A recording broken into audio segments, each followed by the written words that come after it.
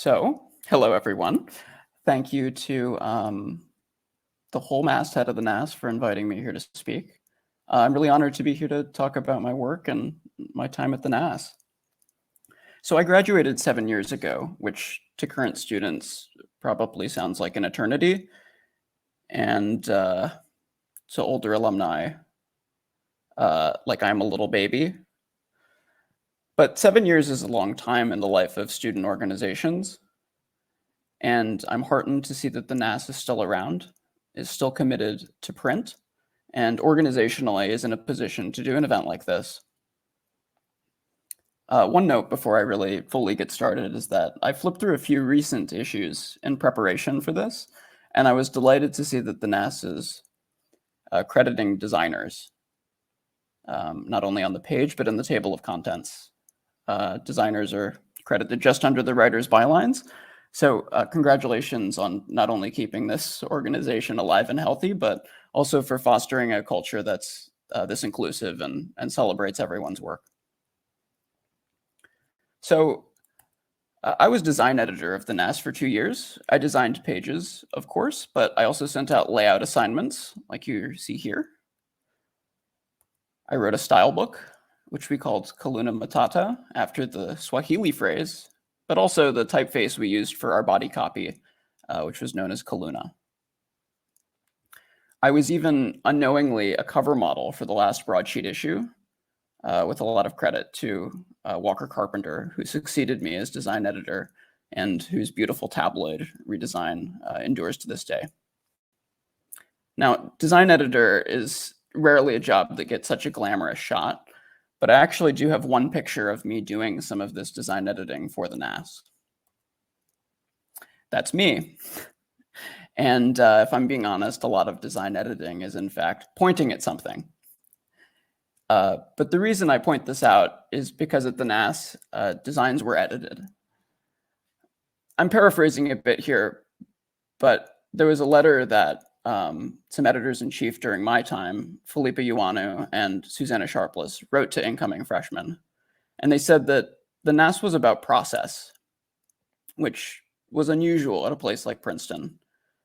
Princeton could sometimes feel like a place that was concerned with outcomes and outcomes only, and the Nass was a rare refuge from that. That was something that resonated really deeply with me, and that focus on process was key for me personally as a young person trying to figure out what I wanted. I graduated from high school with a couple of iPhone app designs under my belt, thinking I wanted to go into international relations. I quickly realized this wasn't for me. I wanted to be a designer, and Princeton offered 3 unconnected graphic design classes at the time. So designing for the Nass was a material education for me week after week. And you can see that in the way the work evolved. This was what the Nass looked like when I was a freshman and sophomore. Big, all caps, italic headlines, a lot of text, wide columns. And I redesigned the paper almost continuously over the course of 2 years. These are some pages from my junior year. You can see that we've added a column. There's some rules going on. We've ragged some text. This is also from my junior year. By the time my senior year rolled around, I felt like it had really come into its own, and I look back on these layouts and kind of think they held up. There's strong, sparing visuals, bold type that didn't scream, sort of a confidence of running uninterrupted expanses of body text. And, at times it felt, quite literary and self-serious. And at other times, it was kind of dumb and irreverent. Like this list of 101 questions to ask the university president was one of my favorites. We just repeated the image of President Eisgruber mirroring the structural repetition. And it was something that signaled that this was lighter fare. This right here was my favorite detail from this layout. I don't know if you can see it on the screen here, but he is actually biting that column. For a piece on body image, where two writers recounted a day through the food they ate, I went to the dining hall and photographed the food they mentioned in the story, adding calorie counters and nutrition labels where I could. I experimented with modular layouts for a series of vignettes. This one was a little bit less successful, but you can see where I was going with it. There was a piece reflecting on the different stops of the Northeast Corridor from Princeton all the way to New York, and I ran a train all the way through it. As it turns out, the Northeast Corridor doesn't have 5 tracks, but I think this one holds up still. And this was a story about a religious student organization that was striving to overcome racial divides, all the while the national organization was proposing that the ministry be split along racial lines. So after the Nass, I got very lucky, and I managed to get a summer internship at the New York Times, fresh out of school. I have worn many hats since then: intern, freelancer, designer, art director. But now I work on the news design team, which designs and produces the daily sections of the paper. I work with an amazing team of designers and art directors who are closing the paper right now as we speak. We call the newspaper a daily miracle, and the people I get to work with every day are truly miracle workers. So I'm going to show some work, but I want to emphasize that that work is not just mine, but theirs, and it's a really collaborative process. Colleagues hold things up for each other. That's me on the floor, and that's Jason Fujikuni, an associate creative director, and I on an impromptu photo shoot. We made a globe out of yarn, and we test each other's work. Here's me testing out a guide on how to make a printer's hat by Adriana Balsamo. And it's always important to trim stories for print. I think this picture is self-explanatory. The work can be really difficult, but I get to work for an institution that I believe in, and we get to design some of the world's most important stories in real time. Our team works in print, which means we're often faced with taking really ambitious digital projects and printing them in the newspaper. So as part of my job, I think a lot about how information is consumed and interpreted in different ways when its form is altered. It's not that the medium necessarily is the message, it's that the medium is a container and shapes the message to its contours. Print has some really surprising advantages, and it's a medium that we're constantly trying to stretch. So I'm going to show you a few digital pieces, and then how we adapted that work into print.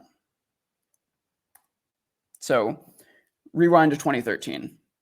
The House Intelligence Committee releases a declassified version of a whistleblower complaint about then President Trump. There was a lot of coverage online. This is screenshots from just 3 of the articles that we did. The Times published news stories, published analysis and takeaways. The whistleblower complaint was published in full. The Times even published reader questions, and journalists in Washington responded to those questions. And digitally, you would encounter these stories in an atomized way, one at a time, never really connected. In print, we have the luxury of packaging and making deliberate connections between articles. This is a spread that I worked on with Fred Bierman and Wayne Camadoy, among many others. And we tried to articulate those connections between the whistleblower's complaint, the full text, which runs around the edges, and the takeaways and the questions that run in the middle. That's an advantage that we really only have in the paper. Here's another example. This is an extraordinary project from that same year where the photographers Biz Herman and Celeste Sloman photographed 130 women of Congress, one by one. And these portraits evoked the historical imagery of portraits of power, but subverted them.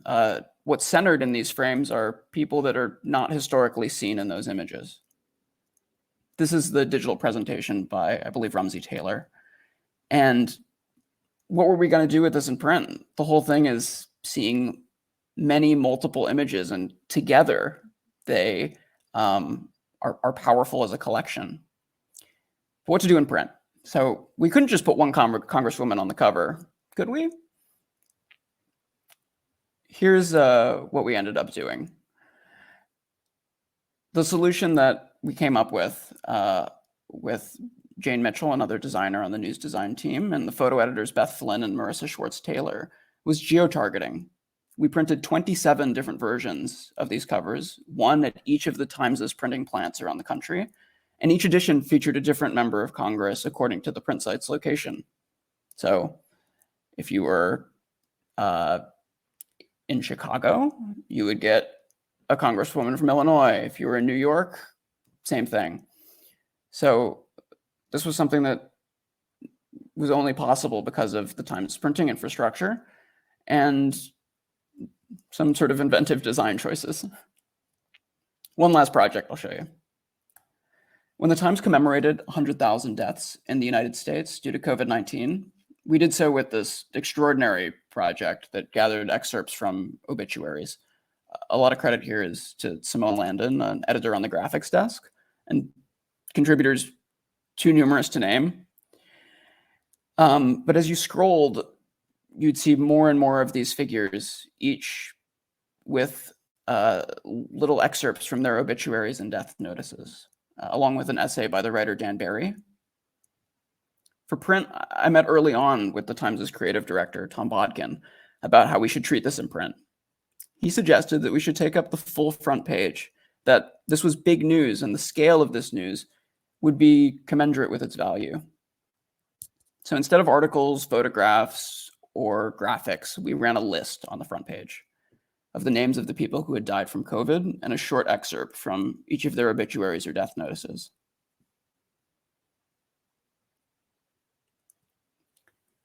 That continued on for 3 more pages inside, and the front page itself was part of the Times' 2021 Pulitzer Prize-winning entry in public service. And some of this is a lesson I learned from the Nass, which is that a reader will understand what a newspaper should look like. And, here's a typical page. There are headlines, there are images, there are columns of text. They repeat in a grid. But when something breaks that rhythm or expectation with white space, with scale, with unexpected connections, it can really make you pay attention as a reader. And so when you break expectations, it has to be for a reason.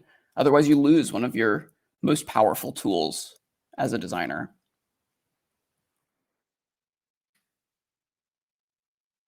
So I owe a lot to the Nass. It's a large part of why I'm an editorial designer.